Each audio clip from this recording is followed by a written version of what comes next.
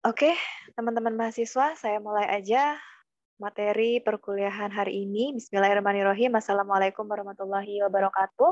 Alhamdulillahirrahmanirrahim. Pada kesempatan kali ini, saya menyampaikan materi terakhir dalam mata kuliah Hukum Acara Mahkamah Konstitusi, melengkapi materi-materi sebelumnya, sebagaimana yang telah saya sampaikan after UTS kemarin.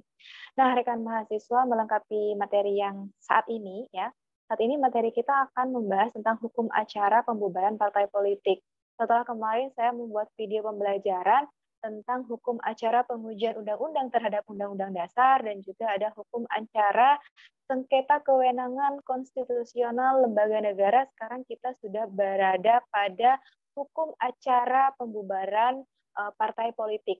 Sebenarnya apa sih yang menjadi pembeda antara hukum acara pada Mahkamah Konstitusi khususnya pada berbagai macam bagian ini? Sebenarnya kan memiliki perbedaan. Kalau misalnya di dalam uh, pengujian undang-undang ataupun uji materi itu tidak ada yang namanya putusan sela misalnya. Kemudian di dalam sengketa kewenangan lembaga negara itu ada putusan sela. Nah, sebenarnya yang menjadi pembeda lagi di dalam hukum acara Mahkamah Konstitusi terkait pembubaran partai politik ini apa? Nah, segera saya akan share sama teman-teman semua. Nah, ini adalah PPT-nya ataupun slide-nya yang saya sudah rangkum menjadi beberapa slide saja dan saya akan berusaha untuk menjelaskan sedetail mungkin sebenarnya yang menjadi pembeda, lalu apa saja alurnya bagaimana. Nah, kita akan mendengarkan penjelasan berikut ini. Nah, seperti ini ya rekan mahasiswa. Jadi uh, di dalam pembubaran partai politik ini tidak menjadi kewajiban bagi seluruh warga negara Indonesia karena sebenarnya ada beberapa tujuan dari perumus Undang-Undang Dasar bahwa adanya pembubaran partai politik ini tidak bisa dilakukan oleh beberapa pemohon saja ataupun pemohon yang berasal dari yang tidak memiliki kedudukan hukum. Jadi intinya seperti ini. Kalau misalnya pembubaran sengketa kewenangan lembaga negara. Jadi yang menjadi pemohon yang memiliki legal standing itu adalah lembaga negara. Lalu yang menjadi termohon itu juga yang memiliki legal standing yaitu adalah lembaga negara. Jadi di luar itu tidak dapat melakukannya. Beda halnya dengan dalam pengujian undang-undang itu siapapun warga negara Indonesia itu semuanya memiliki hak untuk dapat mengajukan permohonan uji materi undang-undang terhadap undang-undang dasar. Nah, beda halnya dengan partai politik lagi, ini sebenarnya apa? Siapa yang menjadi legal standing pemohon dan juga termohon dalam pembubaran partai politik ini?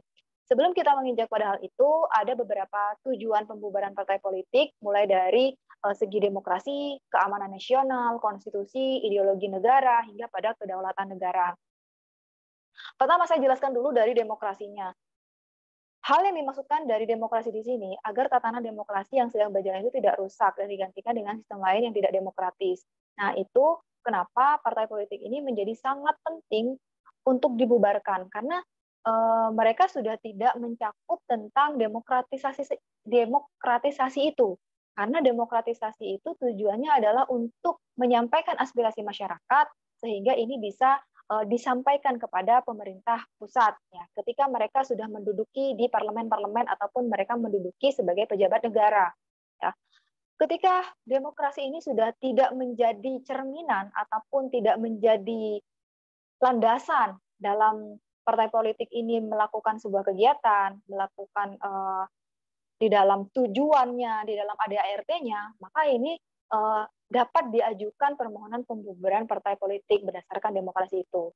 Kemudian dari segi keamanan nasionalnya, keamanan nasionalnya kewajiban menghormati dan tidak mengganggu keamanan nasional, menghasut ataupun menasihatkan kekerasan. Jadi kalau ada partai politik yang tujuannya itu sudah mengganggu terhadap stabilitas dan juga keamanan nasional, ini dapat juga diajukan pembubaran partai politik. Mengganggu keamanan itu sudah pasti, itu meresahkan. Jadi itu dapat diajukan pembubaran parpol itu.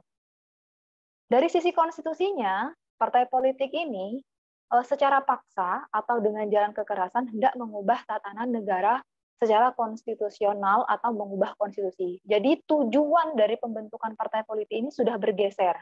Bergeser kepada apa? Kepada hal-hal yang bersifat untuk mengubah tatanan negara.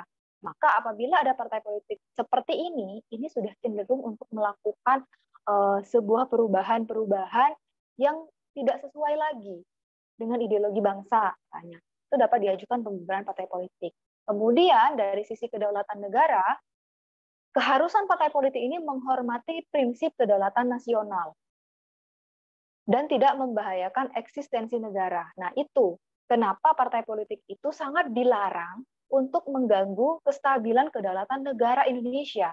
Makanya di situ apabila ada partai politik yang cenderung ataupun condong terhadap eksistensi negara, maka itu dapat diajukan pembubaran partai politik.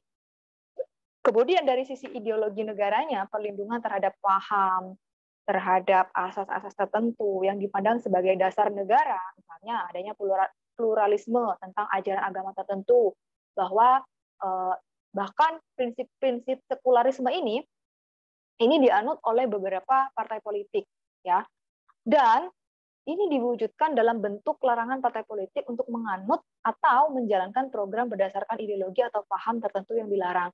Jadi, kalau ada partai politik yang menganut aliran-aliran tertentu, yang mengajak pada hal-hal yang bersifat pluralisme, sekularisme, itu akan cenderung membahayakan ideologi negara karena itu sudah tidak sesuai dengan cita-cita negara dan bangsa Indonesia. Nah, makanya di sini bubarnya suatu partai politik itu berarti berakhirnya eksistensi secara hukum dari partai politik itu. Hal ini dapat terjadi dikarenakan membubarkan diri atas keputusan diri sendiri, menggabungkan diri dengan partai politik yang lain, melakukan merger ya kalau perusahaan, atau dibubarkan berdasarkan keputusan otoritas negara atau sebagai akibat dari adanya aturan baru atau juga kebijakan negara yang baru. Jadi pembubaran kategori terakhir ini disebut sebagai pembubaran secara paksa, enforced dissolution. Jadi adanya pembubaran partai politik ini tidak hanya berdasarkan permohonan saja dari pihak di luar partai, tapi di sini juga dapat dimohonkan atas permohonan sendiri dari keseluruhan anggota dan juga pimpinannya, dan juga karena partai itu sudah bergabung dengan partai yang lainnya. Ya. Jadi konteksnya kalau dalam pembubaran partai politik itu yang berakhir adalah eksistensi hukumnya. Wewenang pembubaran partai politik. Jadi berdasarkan PMK nomor 12 tahun 2008 tentang prosedur beracara dalam pembubaran partai politik ini dijelaskan bahwa partai politik dan juga pemilihan umum terkait erat dengan pelaksanaan kedaulatan rakyat. Ya, berkaitan sangat erat dengan kedaulatan rakyat. Nah, oleh karenanya, masalah pembubaran partai politik ini dianggap merupakan masalah yang menjadi satu kesatuan sehingga menjadi wewenang Mahkamah Konstitusi. Jadi Mahkamah Konstitusi ini kenapa memiliki wewenang dalam membubarkan partai politik? Karena partai politik ini sangat erat kaitannya dengan kedaulatan rakyat. Karena ini merupakan cerminan rakyat, suara rakyat, ya, yang diusung melalui wadah-wadah yaitu partai politik.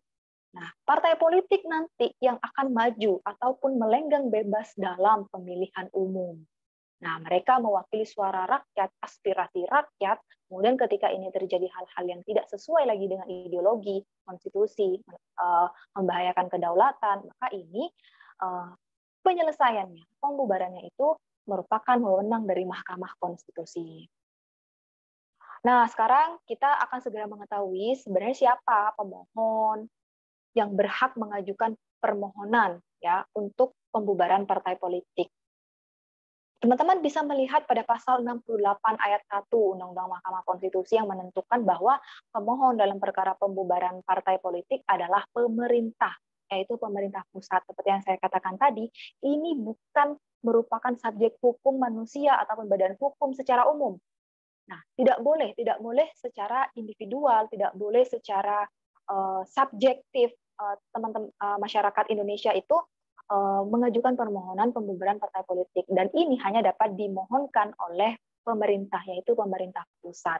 Jadi berdasarkan pendapat dari Jimli Asidiki, apabila hak pengajuan pembubaran diberikan kepada pihak lain, termasuk partai politik, berarti partai politik ini dibenarkan menurut pembubaran saingannya sendiri. Sehingga hal ini dapat dihindarkan dan harus dihindarkan karena dalam demokrasi seharusnya sesama partai politik itu bersaing secara sehat dan tidak boleh saling menjatuhkan gitu. Kalau ini bisa dilakukan oleh lawan partainya, bisa dilakukan oleh masyarakat secara umum, maka ini ada persaingan yang tidak sehat.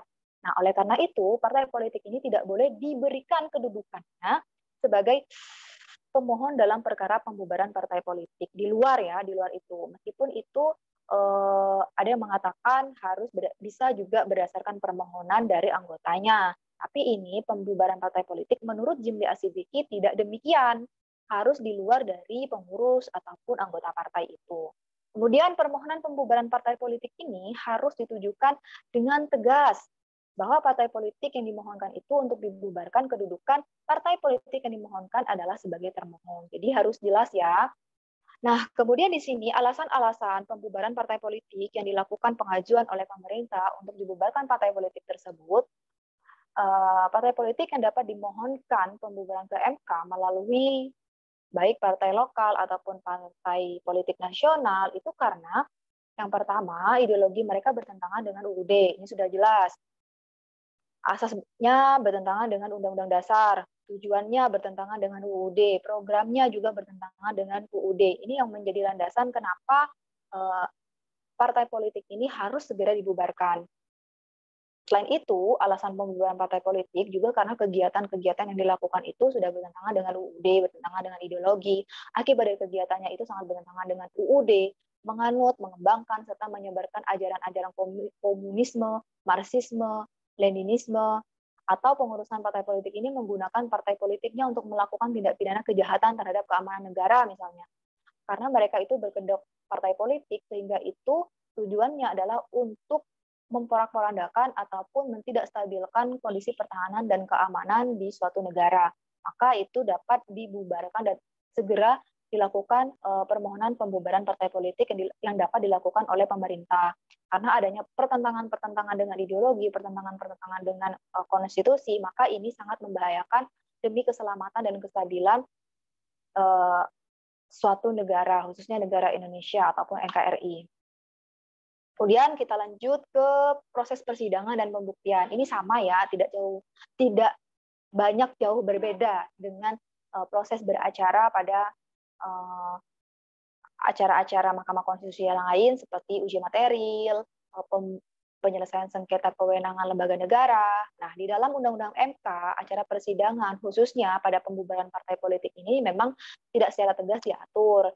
Sehingga proses pemeriksaan persidangan yang seperti ini mengikuti hukum acara MK pada biasanya seperti pemeriksaan, pendahuluan, pemeriksaan persidangan hingga akhirnya pada putusan. Ini semuanya tidak jauh berbeda ya, sama aja gitu. Cuma yang membedakan tadi pemohonnya, termohonnya, isinya gitu ya, itu yang substansi itu yang berbeda.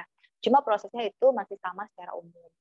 Kemudian perkara pembubaran partai politik ini wajib diputus dalam jangka waktu sekurang-kurangnya 60 hari kerja sejak permohonan itu diregistrasi. Proses persidangannya itu harus dijawab oleh kedudukan hukum, legal standing, kewenangan MK, serta alasan permohonan. Semuanya harus pemerintah yang melakukan permohonan, MK yang melakukan proses persidangannya, dan lain sebagainya ya, serta alasannya itu apa, apakah tadi sesuai dengan yang ditentukan, apakah itu bertentangan dengan UUD, dan lain sebagainya, itu dapat dijadikan ataupun dimasukkan dalam permohonan. Kemudian pada persidangan dan juga pembuktian, proses persidangan ini dibagi menjadi 2 tahap, yaitu pemeriksaan pendahuluan dan pemeriksaan persidangan. Ini tidak jauh berbeda juga, sama seperti yang lain. Ada pemeriksaan pendahuluan, pemeriksaan persidangan. Pemeriksaan pendahuluan adalah pemeriksaan secara umum saja, apakah ini sudah sesuai dengan Undang-Undang MK, kemudian pemeriksaan persidangan terkait substansial apa yang dimohonkan. Yang kemudian pemohon ini harus dibuktikan bahwa pemohon ini memiliki kedudukan hukum ataupun legal standing, yaitu siapa? Yaitu pemerintah pusat. Kalau itu bukan pemerintah ataupun pemerintah pusat, maka itu tidak memiliki kedudukan hukum ataupun tidak memiliki legal standing. Kemudian untuk proses pembuktian ini dapat dibagi menjadi 2 jenis, yaitu pembuktian terhadap dokumen-dokumen dan pembuktian terhadap fakta-fakta. Apabila bukti-bukti dan dokumen itu kurang meyakinkan, maka ini dapat diajukan untuk dapat dilengkapi. Maka proses pembuktian ini kemudian akan dilanjutkan pada fakta-fakta kegiatan. karena pembuktian terhadap dokumen dan pembuktian terhadap fakta-fakta bukti-bukti dokumen ini kurang meyakinkan atau bahkan tidak terbukti sama sekali, maka proses pembuktian ini dilanjutkan pada fakta kegiatan. Jadi karena adanya kekurangan bukti secara dokumen, ya maka ini dialihkan ataupun dilanjutkan pada melihat fakta pada di lapangan, gitu ya. Kemudian putusan dan akibat hukum dari putusan itu, maka amar putusan dapat berupa putusan yang menyatakan bahwa permohonan ini tidak dapat diterima, permohonan ditolak, ataupun permohonan dikabulkan. Beda halnya dengan uji materil. Kemarin ada putusan pengembangan Mahkamah Konstitusi yang isinya misalnya konstitusional bersyarat, konstitusional tidak bersyarat misalnya. Kemudian dalam putusan penyelesaian perkara ataupun pembubaran partai politik ini amar putusannya hanya ada 3 jenis putusan. Bisa dapat diterima, bisa permohonan itu ditolak, atau permohonan itu dikabulkan. Ya, permohonan tidak dapat diterima,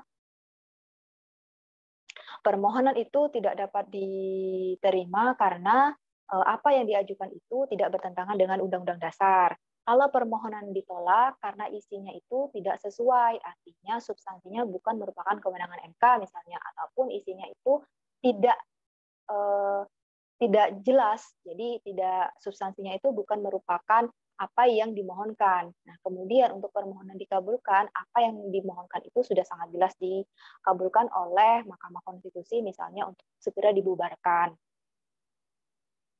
Nah, di sini teman-teman juga bisa melihat di dalam ketentuan pasal 10 ayat 1 PMK nomor 12 tahun 2008 tentang pembubaran partai politik bahwa amar putusan itu dapat berbunyi mengabulkan permohonan, menyatakan membubarkan dan membatalkan status badan hukum partai politik tersebut. Kemudian memerintahkan kepada pemerintah untuk menghapus partai politik yang dibubarkan itu dalam jangka waktu 7 hari sejak putusan MK diterima. Kemudian diumumkanlah dalam berita negara paling lambat 14 hari sejak putusan itu diterima. Nah, ini seperti yang tadi saya jelaskan, putusan ditolak itu apabila Mahkamah Konstitusi itu berpendapat bahwa permohonan itu tidak beralasan, sehingga amar putusannya itu menyatakan bahwa permohonan itu ditolak.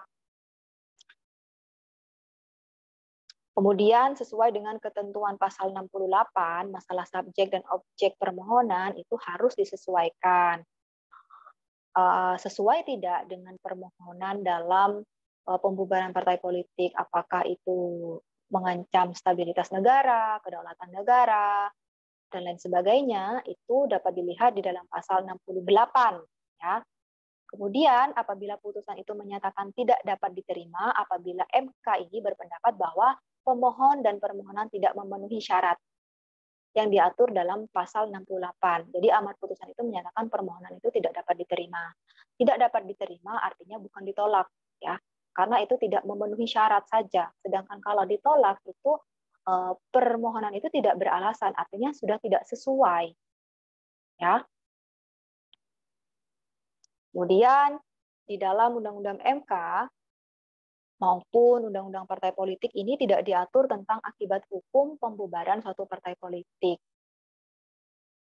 Dan ketentuan akibat hukum pembubaran partai politik di Indonesia itu baru ditemukan di dalam Peraturan Mahkamah Konstitusi nomor 12 tahun 2008, tepatnya di pasal 10, di mana isi dari pasal ini menyatakan bahwa putusan pembubaran partai politik ini menimbulkan akibat hukum. Yang pertama, pelarangan hak hidup partai politik dan penggunaan simbol-simbol partai tersebut di seluruh Indonesia. Itu karena sudah dibubarkan. Kemudian pemberhentian seluruh anggota DPR dan DPRD yang berasal dari partai politik tersebut. Itu akan berdampak berdampak kepada anggota yang saat ini sedang menduduki jabatan di pemerintahan gitu loh. Kemudian pelarangan terhadap mantan pengurus partai politik yang dibubarkan untuk melakukan kegiatan politik. Nah, mantan pengurus itu dilarang untuk melakukan kegiatan politik selama dia itu masih tidak bergabung dengan partai politik yang lainnya. Kemudian ada juga pengambil alihan oleh negara atas kekayaan partai politik yang telah dibubarkan. Jadi aset-aset yang menjadi milik dari partai politik yang telah dibubarkan itu akan diambil alih oleh negara dan menjadi aset negara. Itu dia penjelasan saya terkait hukum acara pembubaran partai politik, di mana ada pembeda, yaitu kedudukan ataupun legal standing yang dapat mengajukan permohonan, yang dapat mengajukan permohonan untuk pembubaran partai politik. Kalau di dalam pembubaran partai politik ini hanya dapat ataupun hanya bisa dilakukan oleh pemerintah, yaitu pemerintah pusat, dan tidak boleh dilakukan oleh anggotanya sendiri. Ini menurut Prof. Jimli Asidiki, dan juga tidak boleh dilakukan oleh masyarakat umum yang luas, gitu ya. Jadi teman-teman, itulah penyampaian materi saya dalam materi terakhir ini terkait hukum acara Mahkamah Konstitusi tentang pembubaran partai politik. Apabila ada penyampaian saya yang kurang berkenan, mohon dikoreksi, mohon disampaikan kritik dan sarannya yang membangun. Saya siap untuk mengoreksi diri, untuk melakukan perbaikan-perbaikan dan evaluasi. Sekali lagi, saya ucapkan terima kasih banyak kepada seluruh rekan-rekan, baik itu mahasiswa ataupun teman-teman di YouTube. Terima kasih banyak telah menyimak video saya. Sampai jumpa di next video saya. Semoga video ini bermanfaat bagi teman-teman semua, dan saya akhiri perkuliahan ataupun video pembelajaran ini. Terima kasih. Assalamualaikum warahmatullahi wabarakatuh.